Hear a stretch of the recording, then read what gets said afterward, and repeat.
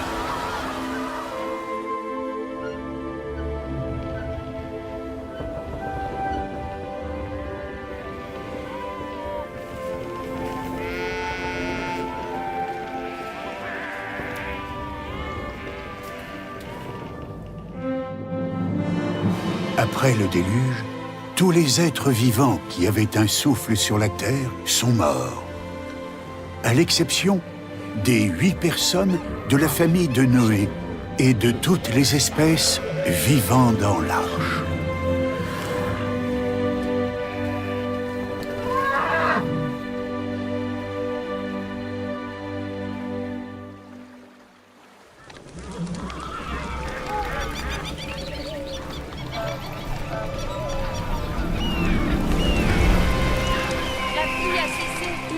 De pleuvoir. Regardez, le soleil apparaît et le ciel se dégage. La mer est si calme.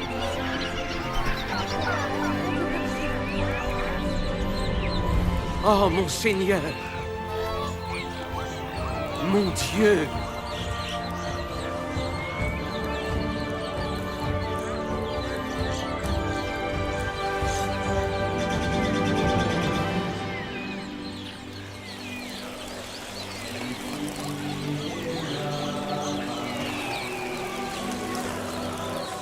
Ils ont continué à proliférer sur la terre jusqu'à ce jour. Dieu a établi une alliance avec eux. Il ne détruirait plus jamais la terre par un déluge.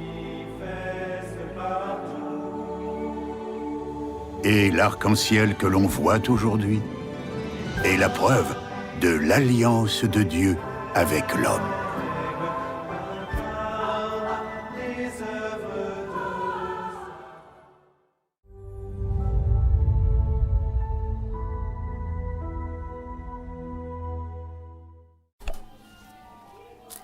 Bonjour à tous. Que le Dieu d'Abraham, d'Isaac et de Jacob vous bénisse. Je voudrais par cette vidéo s'adresser à mes frères et sœurs chrétiens concernant les temps que nous vivons. D'aucuns se rendent compte que les temps actuels sont très mauvais et que les événements des derniers mois, particulièrement les actes terroristes perpétrés en France et en Belgique, ne sont en fait que les prémices d'événements encore plus violents et meurtriers que nos nations occidentales ne vont pas tarder à connaître. Même la nature nous enseigne que les choses vont en se dégradant. Les inondations catastrophiques que nous connaissons en ce moment en sont un exemple frappant. Des gens ont tout perdu, maisons, voitures, biens divers. L'angoisse ne cesse de monter dans les cœurs à cause de la situation déplorable de l'économie, des scandales politiques divers, du chômage, de la situation politique internationale plus qu'inquiétante, de la criminalité sans cesse en augmentation, etc. Ce n'est pas dans le but d'effrayer qui que ce soit que je dis cela, et d'ailleurs beaucoup disent les mêmes choses. Même des non-chrétiens, ceux que l'on appelle païens, sentent que quelque chose de grave est en train de se produire dans le monde. Car Dieu a donné à ceux qui l'aiment et lui obéissent des capacités de discerner les temps et les saisons. Nous devons être avertis de ces choses. Un chrétien réellement né de nouveau doit connaître les temps et les saisons pour pouvoir se préparer en conséquence et aussi pour faire connaître ces temps à ceux qui ne sont pas prêts. La Bible, la parole de Dieu, nous parle des temps que nous vivons dans le chapitre de Matthieu 24, où Jésus répond à ses disciples qui l'interrogent sur les événements de la fin et sur son avènement. Matthieu 24, chapitre 24, versets 36 à 38. Pour ce qui est du jour et de l'heure, personne ne le sait, ni les anges des cieux, ni le Fils, mais le Père seul. Ce qui arriva du temps de Noé arrivera de même à l'avènement du Fils de l'homme. Car, dans les jours qui précédèrent le déluge, les hommes mangeaient et buvaient, se mariaient et mariaient leurs enfants, jusqu'au jour où Noé entra dans l'arche. Nous vivons en effet les temps de Noé. Le monde est arrivé à un point de non-retour dans sa méchanceté, et Dieu s'apprête à abattre son bras sur les nations et aussi sur l'Église. Car l'Église est en train de suivre aveuglément le monde dans sa perversité et ses mensonges. Au lieu d'être la lumière du monde et le sel de la terre, l'Église se laisse envahir par les ténèbres du monde et elle perd totalement la saveur de son sel. L'exemple de Noé devrait nous faire réfléchir un tant soit peu. L'humanité était à ce point déchue et souillée par le péché que Dieu avait résolu de la détruire. Seul Noé et sa famille, considérés comme justes, avaient été épargnés. Aujourd'hui, pouvons-nous dire que nous serons épargnés si Dieu décide de déchaîner sa colère?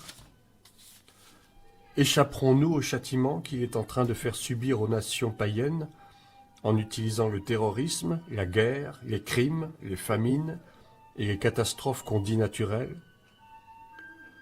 Parce que nous nous déclarons chrétiens, nous croyons que Dieu nous épargnera forcément. C'est une grave erreur d'appréciation à la fois de la justice de Dieu et de notre marche chrétienne. Car oui, si Dieu nous aime en tant que ses enfants, la Bible nous dit aussi qu'il châtie celui qu'il aime. Hébreux chapitre 2. Car si la parole annoncée par des anges a eu son effet, et si toute transgression et toute désobéissance a reçu une juste rétribution, comment échapperons-nous en négligeant un si grand salut qui, annoncé d'abord par le Seigneur, nous a été confirmé par ceux qui l'ont entendu? Frères et sœurs, le monde est gouverné par Satan et ses anges déchus. Pour cela, il utilise divers procédés, les sociétés secrètes notamment, la franc-maçonnerie. Il utilise aussi la religion, afin de manipuler et de diriger les nations qui refusent obstinément de se soumettre à la loi de Dieu. Tout cela va aboutir, et cela a déjà commencé depuis plusieurs siècles, à l'établissement d'un gouvernement mondial unique, dirigé par l'homme du péché, celui que la Bible appelle l'Antéchrist, qui n'attend plus que son heure pour entrer sur la scène internationale. Le problème, c'est qu'une grande partie de l'Église de Jésus-Christ se laisse séduire par les sirènes de ce monde, le pouvoir, le sexe et l'argent. Beaucoup de chrétiens se laissent berner par des fausses doctrines qui, sous couvert d'une fausse interprétation des textes bibliques, exploite sans vergogne les besoins fondamentaux de l'être humain pour les pousser à l'extrême sans aucune retenue. Bien des pasteurs même et d'autres serviteurs de Dieu exploitent la crédulité des fidèles pour leur faire miroiter de fausses promesses venant soi-disant de Dieu. Hélas, la crédulité et la foi sont bien différentes. On nous vend une religion faite d'humanisme et d'un salut à bon marché qui ne peut soi-disant pas se perdre. Grave erreur. Le salut n'est jamais définitif et peut se perdre à tout instant. Il suffit de replonger dans le péché et d'y demeurer suffisamment pour que le cœur s'endurcisse et qu'il n'y ait plus de repentance possible. La Bible nous le déclare dans le livre des Hébreux. Hébreux chapitre 10, verset 26. « Car si nous péchons volontairement, après avoir reçu la connaissance de la vérité, il ne reste plus de sacrifice pour les péchés, mais une attente terrible du jugement et l'ardeur d'un feu qui dévorera les rebelles. Celui qui a violé la loi de Moïse meurt sans miséricorde, sur la déposition de 2 ou 3 témoins. De quel pire châtiment pensez-vous que sera jugé digne celui qui aura foulé aux pieds le Fils de Dieu, qui aura tenu pour profane le sang de l'alliance par lequel il a été sanctifié, et qui aura outragé l'Esprit de la grâce? » Frères et sœurs dans le Seigneur, je suis comme l'un des vôtres, ni meilleur ni pire, et ce message, je le prends d'abord pour moi-même. Préparons-nous, car Yeshua, Jésus-Christ, le Sauveur, est à la porte pour venir enlever son épouse. Mais l'épouse n'est pas l'Église tout entière. L'épouse, c'est la petite partie de l'Église qui marche par la foi et qui obéit au Seigneur de toutes ses forces, sans jamais se complaire dans la compromission du péché. Le monde est en proie au tourment, et ce n'est que le commencement des douleurs. Le péché atteint son paroxysme et beaucoup de nos frères y succombent par faiblesse ou découragement. Nous assistons à la lutte entre Ismaël et Isaac, entre Ésaü et Jacob, entre Caïn et Abel. L'esprit d'Amalek, cet esprit anti-Dieu, qui est en réalité l'esprit d'Antéchrist, est en train de ravager nos sociétés occidentales et le monde tout entier. Il est aussi en train d'infiltrer l'Église. L'islamisation à laquelle nous assistons depuis quelques décennies est un moyen que Dieu utilise pour se venger des nations qui l'ont renié, qui se prostituent aux faux dieux, que sont l'humanisme, la tolérance, l'argent, les richesses, le pouvoir. Il nous faut lutter activement contre les séductions de ce monde en déroute qui cherche à détruire le peuple de Dieu, Israël et les chrétiens nés de nouveau. Je voudrais, pour finir cet exposé, ce message, parler de l'écuménisme, ce fléau qui consiste à vouloir unifier toutes les religions pour n'en faire qu'une seule. Ce n'est pas la volonté de Dieu, cette soi-disant unification. Déjà, le personnage de Nimrod, qui lui aussi est un archétype de l'esprit de l'Antéchrist. Nimrod, dans Genèse, avait tenté de créer, entre guillemets, une religion unique à Babel, qui n'était qu'en fait une immense idolâtrie de sa propre personne. C'est ainsi que plus tard le catholicisme romain s'est créé une idole en la personne du pape, qui n'est autre que le successeur des empereurs romains, dont la tête de file fut l'empereur Constantin.